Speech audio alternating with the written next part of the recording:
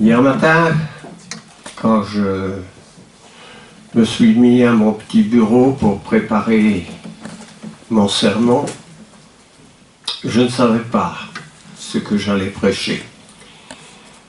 J'ai prié en disant, mon Dieu, aide-moi à trouver quelque chose de correct, quelque chose qui soit édifiant. Après quelques instants, après avoir feuilleté un peu mes documents, j'ai trouvé un sermon que je n'avais encore jamais prêché, parce que d'habitude je vais voir si je l'ai déjà prêché, et qui s'intitule « La confiance ». La confiance, on en a déjà entendu parler. On en a déjà parlé, mais pas sous la forme d'un sermon. Alors la confiance, c'est quelque chose, c'est un mot qui interpelle. Est-ce que nous avons confiance? Est-ce que nous pouvons avoir confiance? Avez-vous confiance dans votre entourage? Réfléchissez un moment. Il y en a en qui vous pouvez avoir confiance et il y en a peut-être d'autres dans lesquels vous avez moins confiance. Avez-vous confiance dans les membres de votre famille? Cela n'est pas toujours optimal.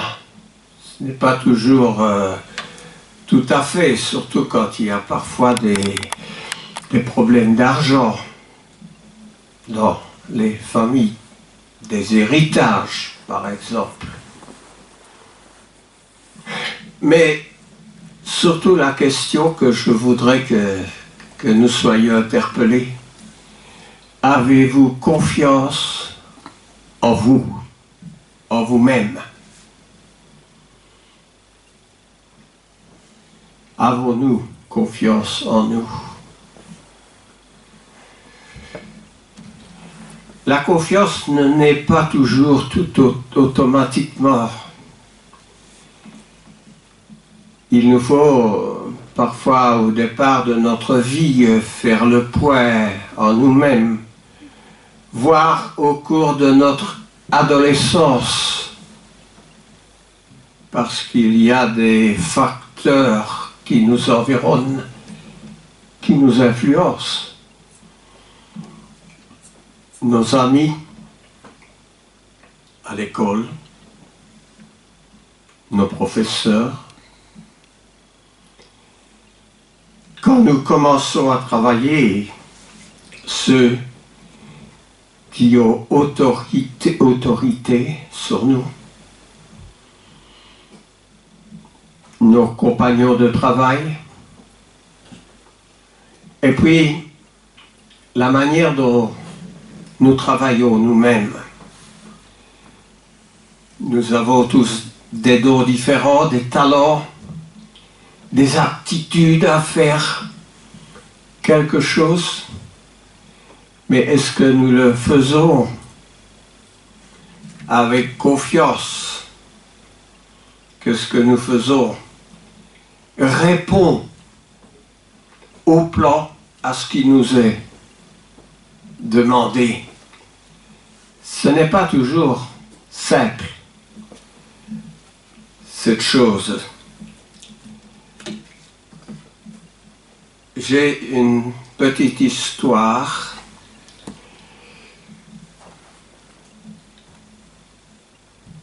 et je vous la donne telle quelle. Le patron d'une grande entreprise engagea un ouvrier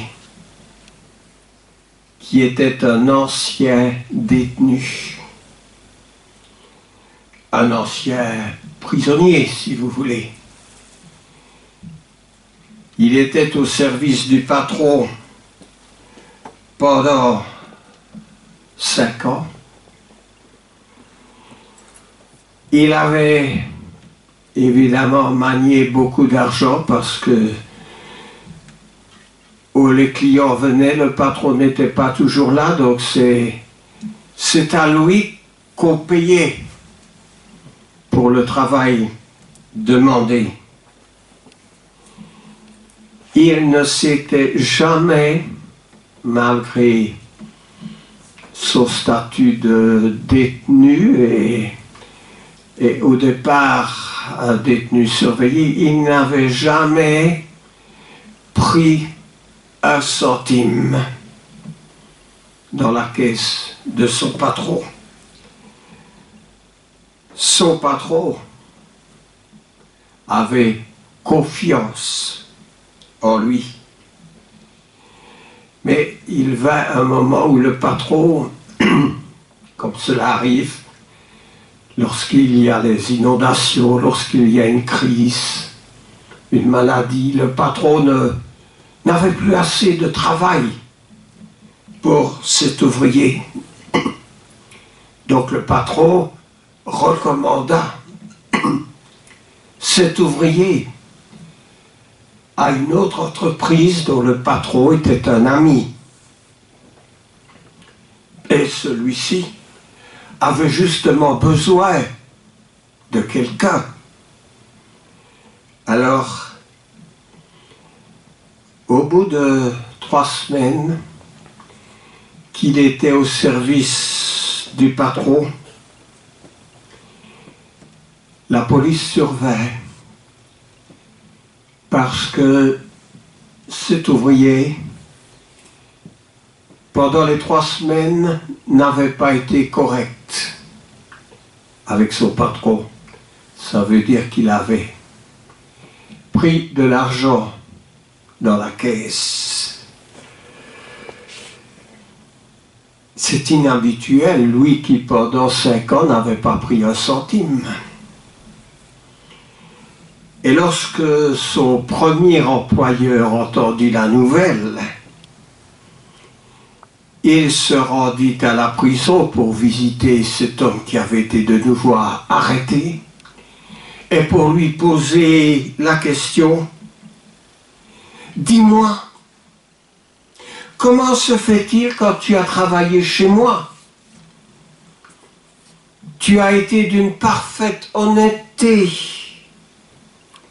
une honnêteté exemplaire. Et voici que soudainement tu es retombé dans la malhonnêteté. Et évidemment, cet homme, à la vue de son patron, à ce rappel des faits, il commença à sangloter. Ça veut dire à pleurer, en disant: je n'ai pu m'empêcher. Pourquoi? Parce que cet homme, mon nouveau patron, il m'a soupçonné et je me suis senti comme obligé de voler. La morale de cette histoire, c'est que après nous avoir sauvés,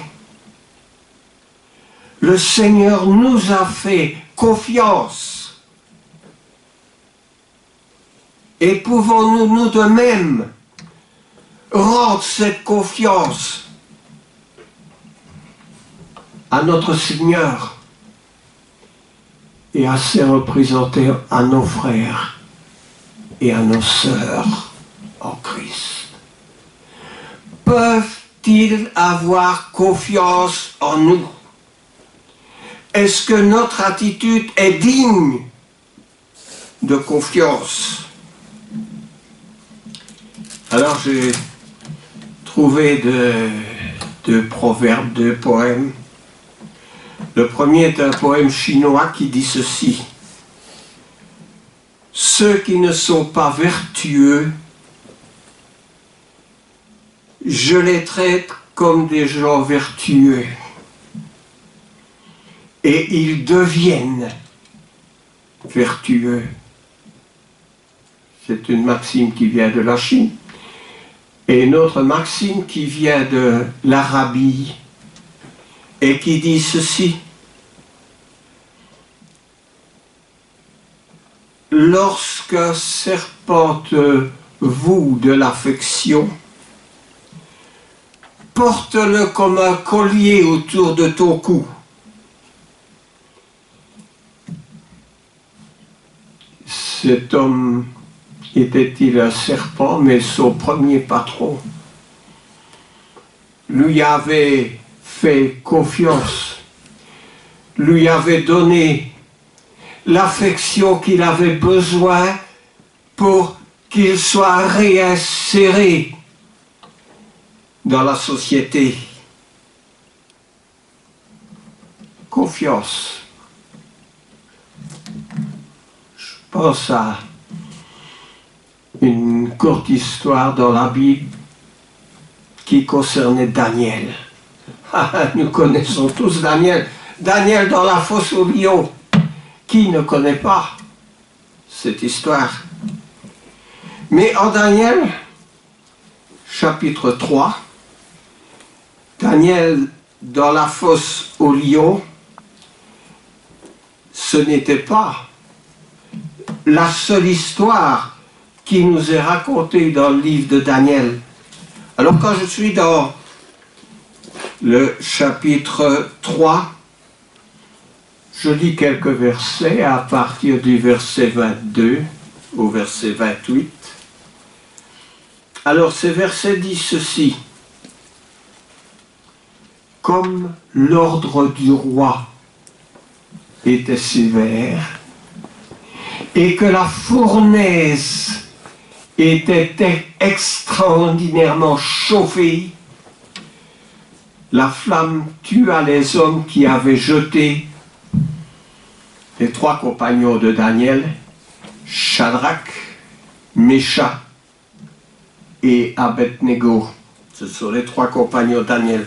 Et ces trois hommes tombèrent liés au milieu de la fournaise ardente. Alors le roi Nabuchodonosor fut effrayé, se leva précipitamment, prit la parole et dit à ses conseillers: n'avons-nous pas jeté au milieu du feu trois hommes liés? Ils répondirent au roi: certainement, au roi. Il reprit et dit: eh bien, vous avez jeté trois hommes liés et moi je vois quatre hommes sans lien,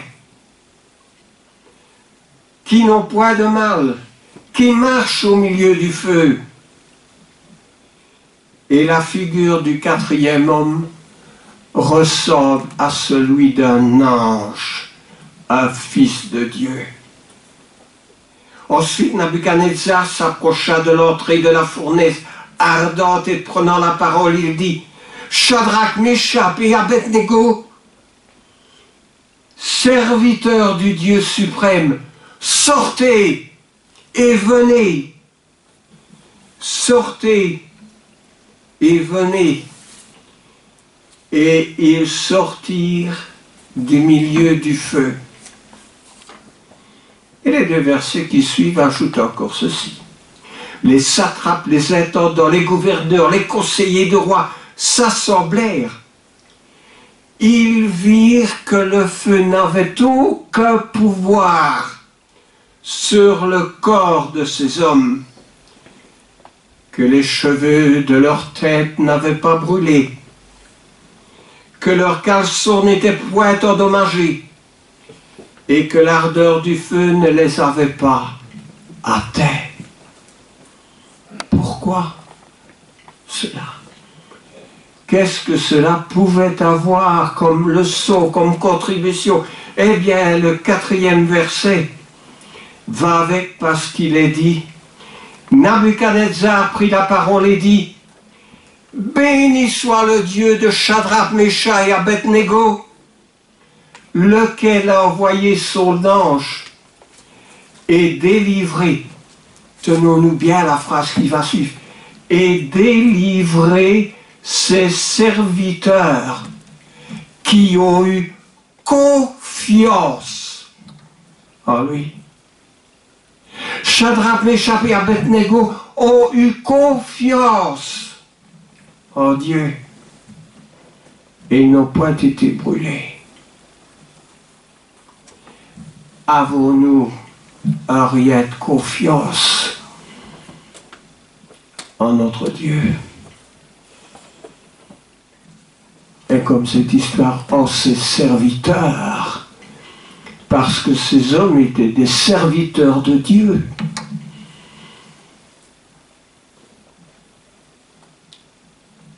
Les 3 compagnons de Daniel ont eu la vie sauve. Une autre histoire qui est dite une histoire vraie. Un jeune homme ne parvenait pas à trouver la paix intérieure. La paix intérieure. Malgré ses ardentes prières et son désir sincère de trouver le salut,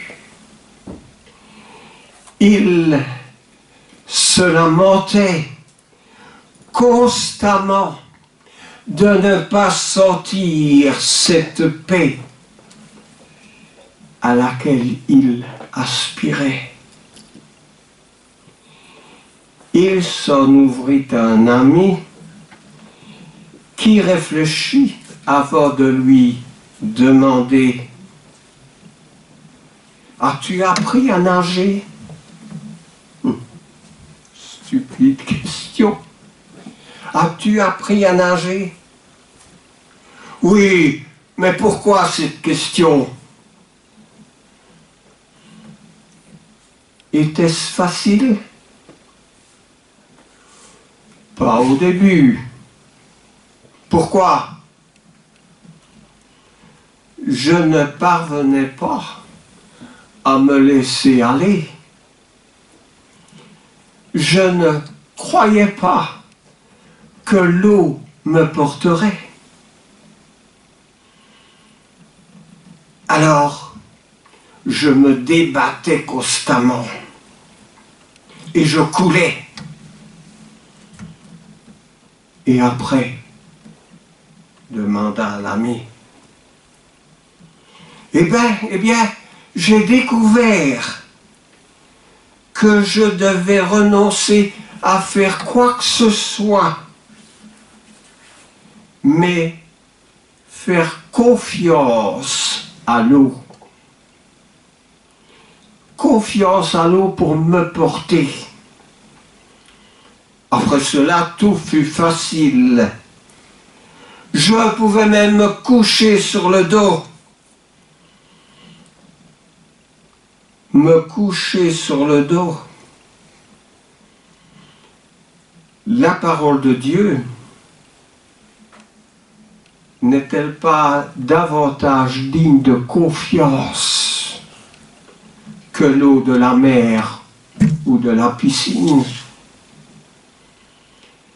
Dieu veut que nous dépassions les doutes.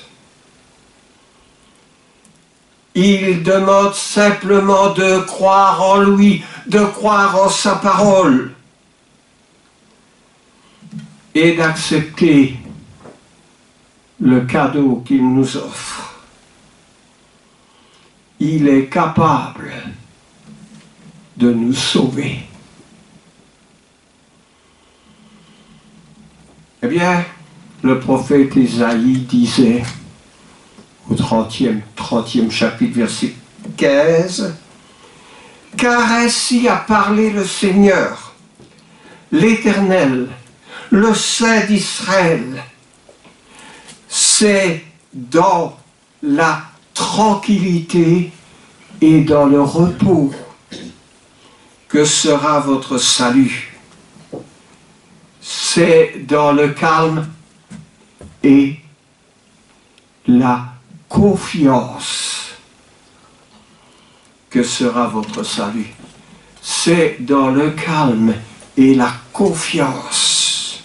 La confiance. Ça, c'est à l'exemple du roi de Juda, le roi Ézéchias qui mit sa confiance en l'Éternel. Quelques versets dans le livre de 2 Rois. Ce sont les livres historiques avant les livres des prophètes. En 2 Rois au chapitre 18, eh bien, on peut lire ceci entre les versets 1 à 7. La 3e année d'Osias, fils d'Élia, roi d'Israël, Ézéchias, fils d'Akaz, roi de Juda, régna. Il avait 25 ans lorsqu'il devint roi, et il régna 29 ans à Jérusalem. Sa mère s'appelait Abi, fille de Zacharie. La Bible est toujours d'une exactitude. Lorsqu'on retrouve dans l'archéologie des vieilles pierres, on peut retrouver ces noms, ces dates, ces années, parce que la Bible ne se trompe pas. Il fit, Ézéchias, ce qui est droit aux yeux de l'Éternel, entièrement comme l'avait fait David, son père.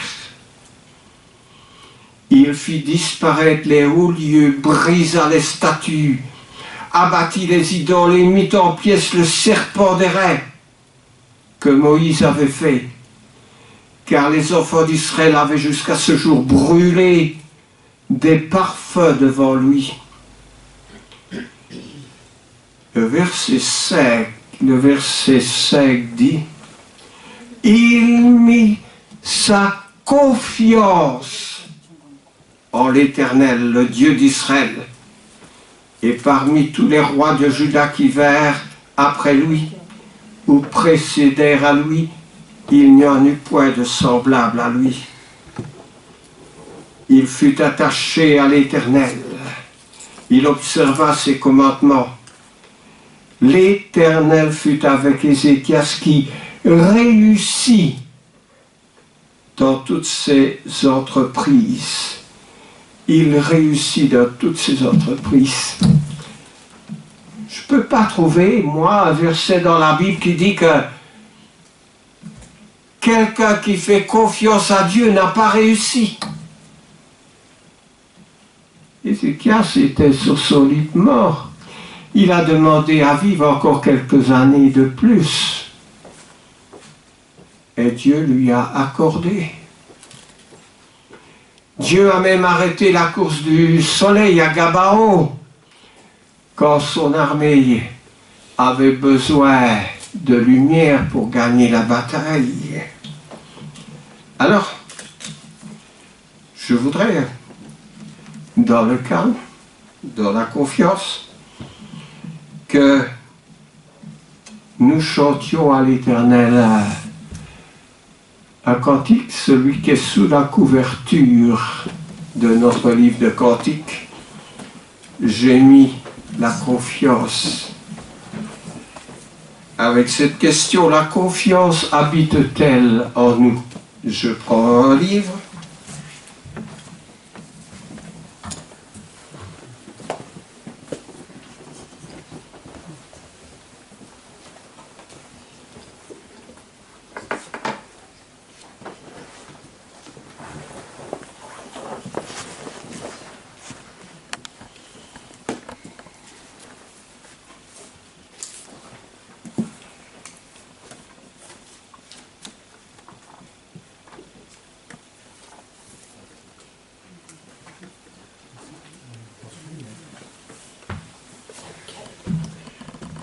C'est le cantique qui est sur la couverture. Trouver dans ma vie ta présence.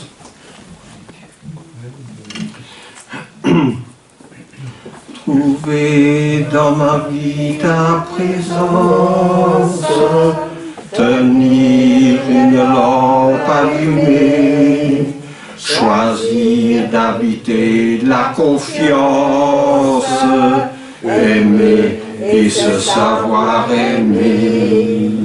Croiser ton regard dans le doute, brûler à l'écho de ta voix, rester pour le père de la route et mettre mes pas dans tes pas. Trouver dans ma vie ta présence, tenir une lampe allumée, choisir d'habiter la confiance, aimer et se savoir aimer. Brûler quand le feu devient cendre, partir vers celui qui attend, choisir de donner sans reprendre, fêter le retour d'un enfant. Trouver dans ma vie ta confiance, tenir une lampe allumée, choisir d'habiter la confiance, aimer et se savoir aimer. Ouvrir quand tu frappes à la porte, briser les verrous de la peur, savoir tout ce que tu m'apportes, rester et devenir veilleur. Trouver dans ma vie la confiance, tenir une lampe allumée, choisir d'habiter la confiance, aimer et se savoir aimer. Vous sentez-vous aimé? Avez-vous trouvé la présence de Dieu? Avez-vous choisi d'habiter la confiance? Et je poursuis la prédication, ce n'est pas la fin de la matinée. Êtes-vous découragé, déprimé, peut-être? Il y avait un pasteur canadien qui était déprimé, découragé, et qui fut réconforté par cette histoire vraie. Comme une avenue, et nous avons tous des avenues, une avenue devait être élargie, la commission des espaces avait décidé d'abattre les arbres des deux côtés de cette avenue. Et lorsque les ouvriers commencèrent le travail, le contremaître remarqua dans la cime d'un arbre le nid d'un rouge-gorge. C'est le nom d'un oiseau. Il y a des tarins, des chardonnerets, lignons, pinceaux, tout ce que vous voulez. Et l'oiseau y était couché, sans doute en train de couvrir les œufs. Il ordonna aussitôt le contremaître de surseoir, c'est-à-dire de retarder l'abattage de cet arbre. Quelques jours plus tard, il constata que le nid était occupé par des petits oisillons qui tordaient leur petit bec. Une fois de plus, l'abattage de l'arbre fut reporté, retardé. Puis, après peu de temps, le contremaître remarqua que le nid était vide. Ah oui, les petits oisillons étaient devenus des petits oiseaux et ils s'étaient envolés. Donc l'arbre pouvait être abattu Et lorsque l'arc fut abattu, on fit une curieuse découverte dans le fond d'un petit nid. Il y avait un papier chiffonné, abîmé évidemment, mais lorsque l'on nota la saleté sur le papier, il s'agissait d'une petite carte comme recevaient les enfants d'une école du dimanche. Et sur cette petite carte, on pouvait y lire les quelques mots suivants. Nous mettons notre confiance en toi, ô Éternel, notre Dieu. Psaume 20, verset 8. Psaume 20, verset 8. Il est dit que c'est une histoire vraie. Alors, cette histoire, elle nous fait évidemment penser à un texte de l'Écriture, pardon, qui se trouve en Matthieu, chapitre 6, et au verset 25. Et lorsque nous lisons ce texte, il dit ceci. C'est pourquoi, je vous le dis, ne vous inquiétez pas pour votre vie, de ce que vous mangerez, ni pour votre corps, de quoi vous serez vêtus. La vie n'est-elle pas plus que la nourriture et le corps plus que le vêtement? Regardez les oiseaux du ciel. Ils ne sèment ni ne moissonnent, et ils n'amassent rien dans des greniers. Et votre Père céleste les nourrit. Ne valez-vous pas beaucoup plus qu'eux? Qui de vous, par ses inquiétudes, peut ajouter une coudée à la durée de sa vie? Et pourquoi vous inquiétez au sujet du vêtement? Considérez comment croissent les lys des champs. Ils ne travaillent ni ne filent. Salomon même, dans toute sa gloire, n'a pas été vêtu comme l'un d'eux. Et si Dieu revêt ainsi l'herbe des champs qui existe aujourd'hui et qui demain sera jetée au four, ne vous vêtira-t-il pas à plus forte raison, gens de peu de foi? Ne vous inquiétez donc point, et ne dites pas que mangerons-nous, que boirons-nous, de quoi serons-nous vêtus. Toutes ces choses, ce sont les païens qui les recherchent. Votre Père céleste sait que vous en avez besoin. Cherchez premièrement le royaume et la justice de Dieu, et toutes ces choses vous seront données par-dessus. Ne vous inquiétez donc pas du lendemain, car le lendemain aura soin de lui-même. À chaque jour suffit sa peine. Il faut vivre et non pas faire semblant d'exister. Il faut vivre et non pas seulement exister, disait Plutarque, qui était un professeur en Grèce, professeur de rhétorique, de sciences aussi, qui a beaucoup écrit. Alors, oui, je me confie en toi, ô Dieu,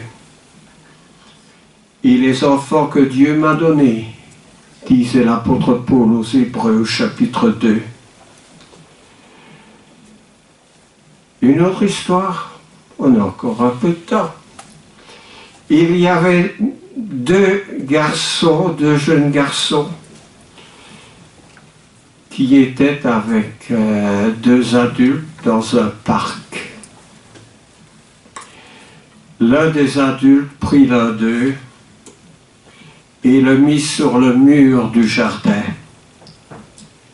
Puis il lui dit « Saute !» À l'instant même, l'enfant sauta dans ses bras. Ensuite, il fit la même chose, il plaça l'autre garçon sur le mur et lui dit « Saute !» Mais l'enfant trembla et refusa d'obéir. Le deuxième adulte tendit ses bras et il était bien fort, il dit « Saute, j'ai la force de te retenir, je te promets de te rattraper. » Mais rien ne put faire bouger le petit garçon. Pourquoi cette différence entre les deux garçons? Pourquoi? Eh bien, le premier des adultes lui dit « Pourquoi? Parce que le premier petit garçon qui a sauté, c'est mon fils. Il me connaît, mais l'autre est un ami, un étranger.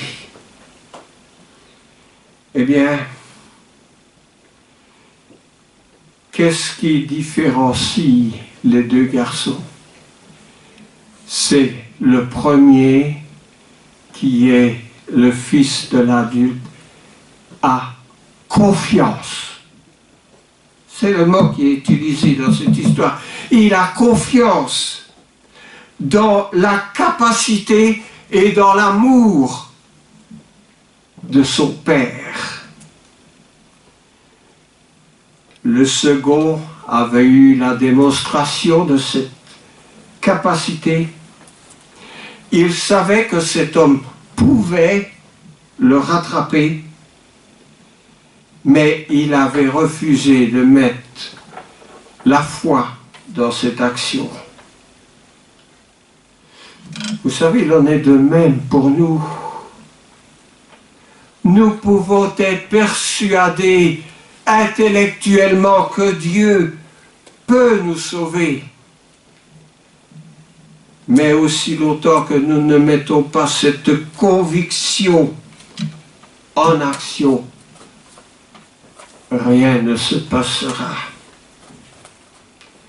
Nahum, un petit prophète, dit, Nahum vivait au temps de Jérémie, il devait être le second qui devait prophétiser sur Ninive. Le premier, c'était Jonas. Alors, Nahum dit, l'Éternel est bon. Il est un refuge au jour de la détresse. Il connaît, et je cite textuellement le passage, il connaît ceux qui mettent sa confiance en Dieu.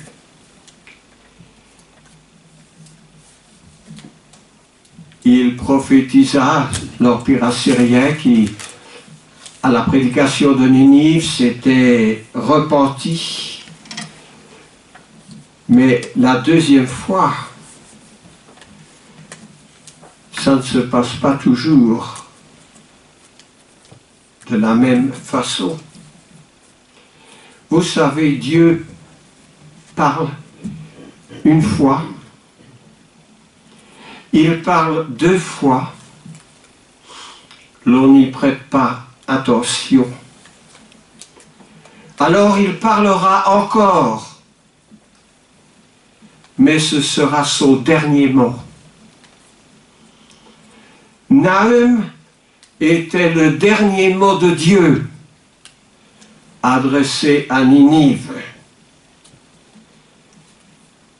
Et puis le jugement contre une ville rebelle ne sera plus différé. La destruction totale de cette très grande ville eut lieu en 612. Ninive était sourd à l'appel de Dieu. Ninive était aux abonnés absents. Et hélas, beaucoup de gens de ce monde sont aux abonnés absents. Et il y a quelquefois parmi les gens citoyens de cette planète Terre des chrétiens qui sont aussi aux abonnés absents, qui ne communiquent pas ou qui ne communiquent plus et qui s'éloignent de leur statut de conducteur. Oui, dans la sphère prophétique, Christ est le dernier mot qui s'adresse aux nations. Et il est dit aussi, un langage très dur, prenez garde aux chiens et aux faux ouvriers. Car, dit l'apôtre Paul, les circoncis, c'est nous qui mettons notre confiance en Dieu, mais pas notre confiance dans la chair. Je m'arrête ici, j'ai encore des histoires, mais trop d'histoires perdent de leur force. Alors, un dernier verset que je cite est dans l'évangile de Jean, au chapitre 5, au verset 24. Que votre cœur ne se trouble point. Croyez en Dieu, dit Jésus, et croyez en moi. Car il y a plusieurs demeures dans la maison de mon Père. Je m'en vais, dit-il, vous préparer une place, afin que là où je suis, vous y soyez aussi. Je vous le dis, celui qui écoute ma parole et qui croit à celui qui m'a envoyé a la vie éternelle et ne vient point en jugement, mais il est passé de la mort à la vie. Croyez-vous cela? Avez-vous placé votre confiance dans le Seigneur? Et avez-vous un peu de confiance en vous, en ceux qui vous aiment? Amen.